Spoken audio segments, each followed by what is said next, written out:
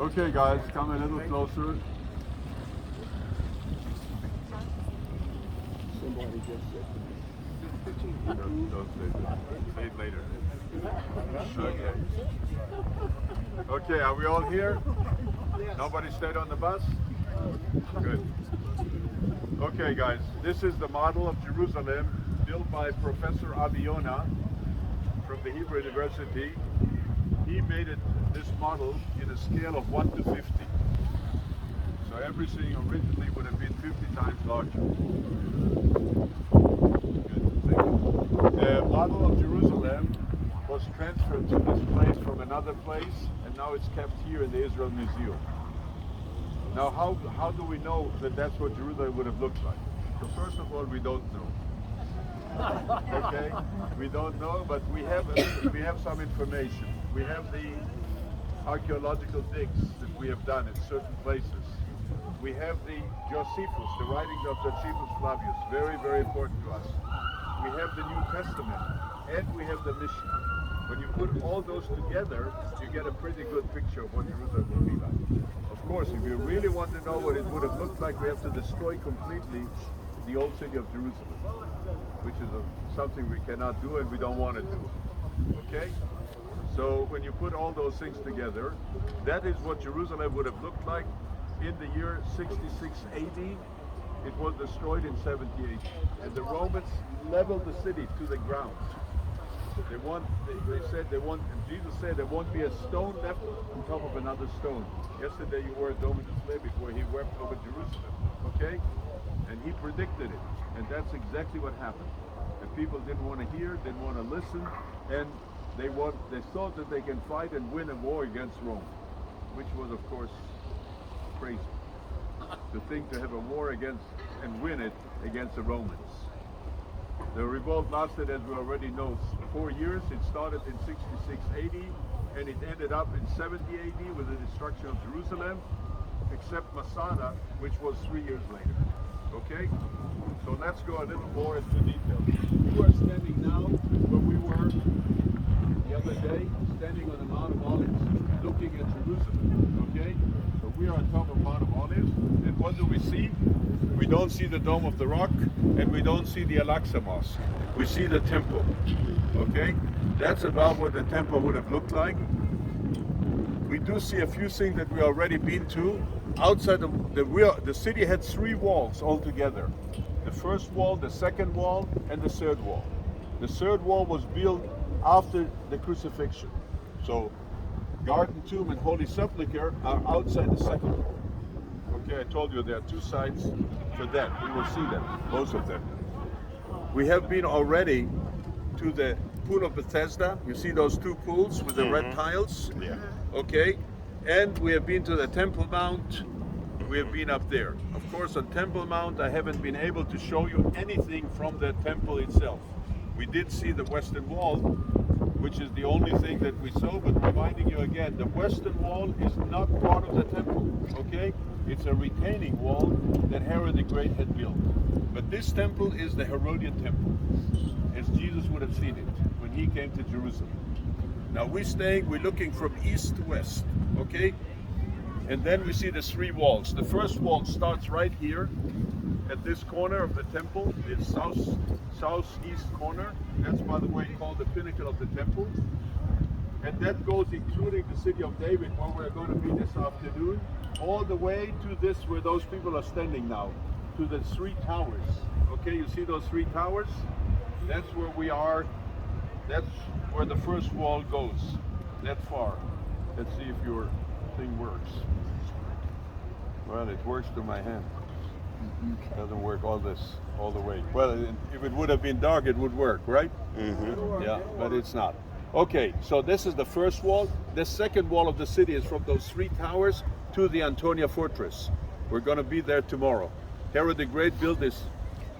What do I have to do? Yeah.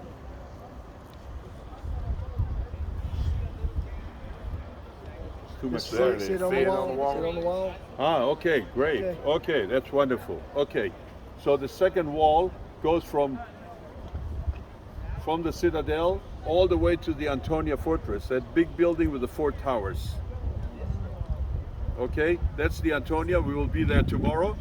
The third wall goes from there all the way again to the Temple Mount. The third wall, as I already told you, did not exist at the time of Jesus. Okay, it was built in 44 AD after the crucifixion. So that wall was, and it's also said that the pool of Bethesda, if you read John 5, if you remember, outside the walls of Jerusalem, there was a pool, okay, with five porticles, and that's where we are. Okay, so it was outside the wall.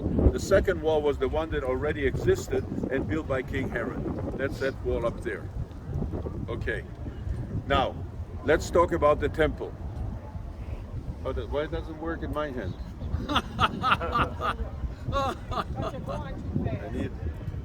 Okay, never mind. I told you already that the eastern wall of the city is the same that would have been there. He didn't touch it. Herod the Great left it, okay? And that's the eastern wall that we see. And I did take you down to show you where the double gate was, the one that is sealed off. So we believe that the one that is sealed off is built over that gate that you see out there, okay? That would have been the only gate that used to lead into the temple. Christian tradition says that on the day Jesus came down the Palm Sunday road, he entered from this gate. Okay? Now, this huge open courtyard is the court of the Gentiles. And we will see today when we go to the city of David and to the southern steps, that would be the entrance. The main entrance was from the southern gates. This one was sealed off. It wasn't open, just like today. And they only open it in certain times, like when they let the scapegoat out from the temple, when they used to bring the ashes of the red heifer to the Mount of Olives. But basically that was not a gate for people to walk in and out. Okay? Ezekiel 44 said that the gate will be sealed because the prince of Israel walks through it. Okay? So actually by sealing it off, the Muslims fulfilled that prophecy to seal it off, because nobody but him can walk through this gate. Okay. Now, the open courtyard, and then you come into between the two first towers, okay? You see the two towers, and you see another gate there, right? What is that gate? That is the one that we call the Golden Gate, or the Gate Beautiful. Okay. You remember what happened there? Peter and John with the beggar? Silver and gold have I not. Okay? So this would be that gate back there. Then you have again an open area. That would be the women's court. And beside that there were two places, one for the lepers and one for the Nazarites. They could not go beyond that gate because there was wine in the temple. So Nazarites and lepers couldn't go any further. Then you see a stairway. Can you see that stairway? Like steps. Yeah. How many steps would be there? 15. Don't try to count. Why 15? How many psalms of ascent do we have? From 120 to 134. 15 psalms of ascent. Okay? Every time you walk up another step, you say another psalm. Remember, at that time, you would have known the Bible. Jesus knew the whole Bible from Genesis to Malachi. He knew it. So he would have done what everybody else would have done.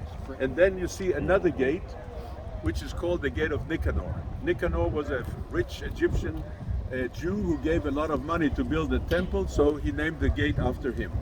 On the left side of that would be the altar of sacrifices. Okay, and then you see a golden door in the main building between the two columns. That leads into the temple proper. So the first part of that temple would have been where they used to have the altar, the candlesticks, the one for incense, the showbread, and the golden menorah. And then there was a curtain that would lead at the very back end to the Holy of Holies, where only the high priest can go in once a year. And that's where he can say the name of God and offer a sacrifice in the Holy of Holies. Now remember, the Ark of the Covenant is already been lost with the destruction of the first temple. So we only had the Kruvim, you know, the two angels that were up there, the Kruvim we call them, and there was really nothing else in there, in the Holy of Holies. That was already not there. Okay? So this is what the temple would have looked like. On the northern side of the temple, we see the big fortress that King Herod the Great built, and he named it after Mark Antony, the Antonia Fortress. We're going to be in there tomorrow to see the original level of the Roman city, lithostratos, the pavement. Okay, that's in that place. And that's where, according to Christian tradition, the way of the cross begins. Right in there. Okay, that's that big building with the 4 towers. Now, this was with the red tiles, that big building, that was a place where only Herod the Great, when he came to the temple, he and his family stayed there. Okay? It's beginning to rain. Let's go. Yes, it is. It is.